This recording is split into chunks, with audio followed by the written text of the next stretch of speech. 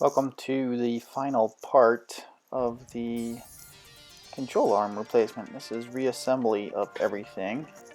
I've already done all the bushings, so it's just putting it all back together, and I'm only going to show one side here. So first of all, get your lower control arm and a rubber mallet and try to hold it in place. This was awkward. The lower control arm is not that heavy, but it is kind of heavy, so holding it in place while beating on it with a rubber mallet was seemed to work okay, but it was cumbersome. But once you've got it in place, you can slide the bolts through.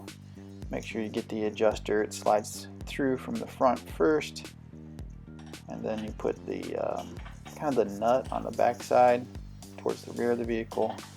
It is keyed a special way, so you can only put it together one way, and then the eccentric washers will be in sync with each other. And then tighten it up. You used the red paint marker or something to mark their previous setting, so you can get them back pretty close to what their setting was before. You will for sure need to take this in for an alignment after you're done. So you're not trying to get it perfect, but you do, reasonably close will help you drive to the alignment shop. Once you've got the lower control arm, connected and the bolts tight, you can put the outer knuckle or whatever you want to call that back on the lower control arm.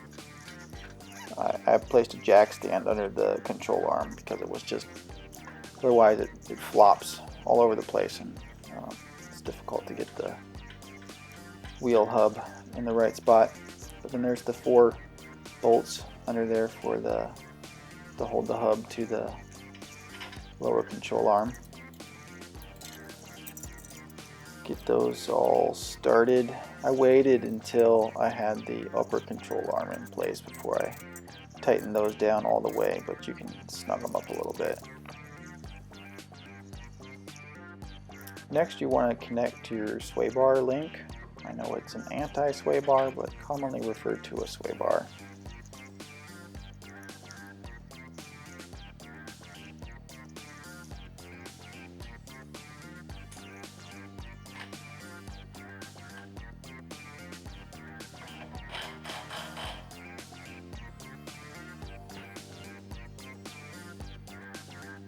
With that tight, you can install the strut.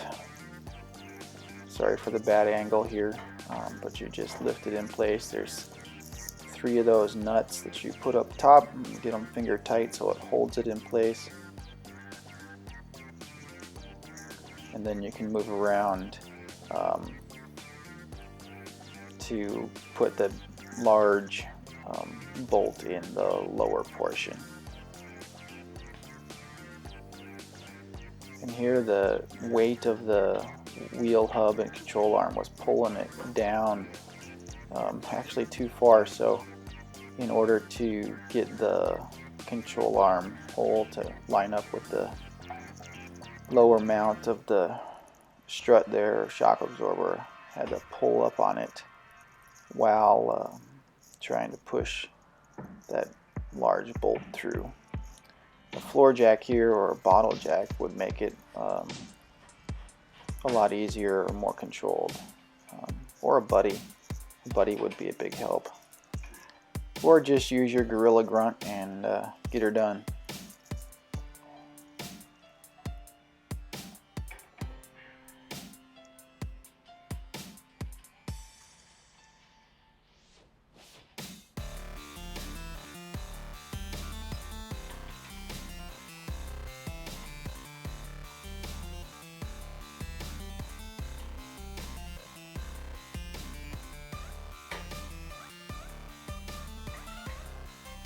Use the appropriate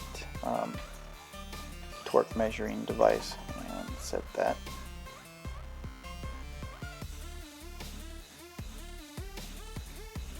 With the lower control arm and the wheel hub attached, I installed the upper control arm next. This is awkward to do because remember, this is the big long, like foot-long bolt with a couple of washers that you have to put on from the top side, but you have to hold the upper control arm from the bottom side. So you know, if you have a buddy, this would help. If you're short, I don't know how you would be able to accomplish this. You would have to use a stool or something. But yeah, get that big bolt and all the washers through, and then tighten it up. And then you can, you know, put that upper ball joint on the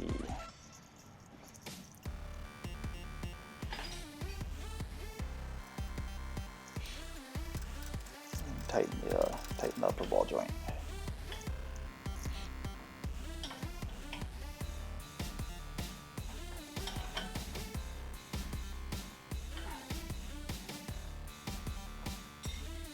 And you want to make sure that when you tighten that nut, that it's the castle nut is lined up so that you can get the cotter pin back through the hole. With the wheel kind of situated there, you can move on down to getting the steering rack back in.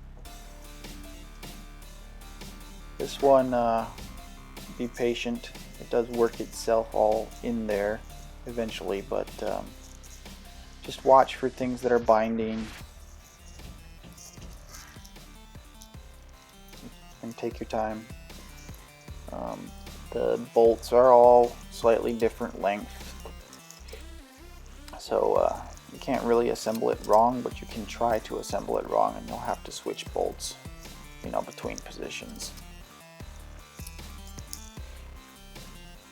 I didn't tighten any of the bolts until all of them were started, because you will need to wiggle things around. It's a lot easier to wiggle things when everything's kind of still loose. Rubber mallet here helps to adjust things.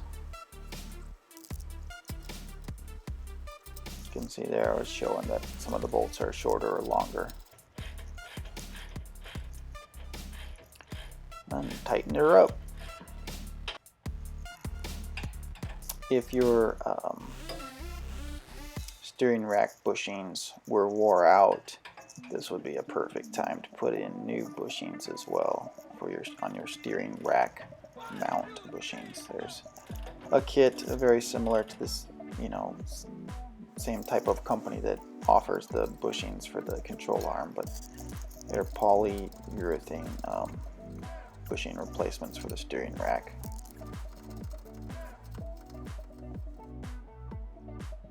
Get her nice and tight. You don't want this coming loose. With your steering rack installed, you can reattach the steering shaft to the steering rack.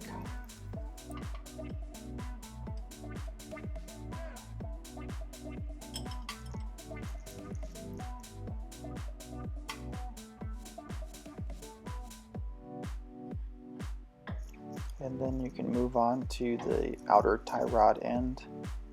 I found that it didn't really want to go in, but until I adjusted the ball joint end on the tie rod end, and then it would slide up into the steering arm on the knuckle.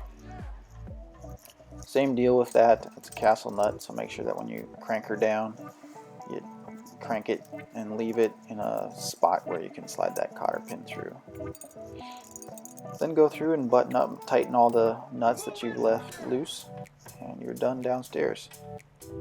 Time to go up top and reinstall all the equipment that you had to remove to get that upper control arm out, and then reinstall the air box. Some long extensions for your ratchet wrench will definitely help out here.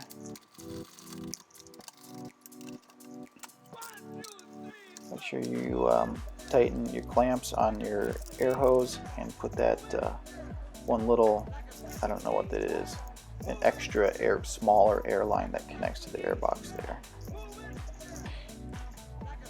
And then you can reinstall the battery tray and all that goodness over on the driver's side.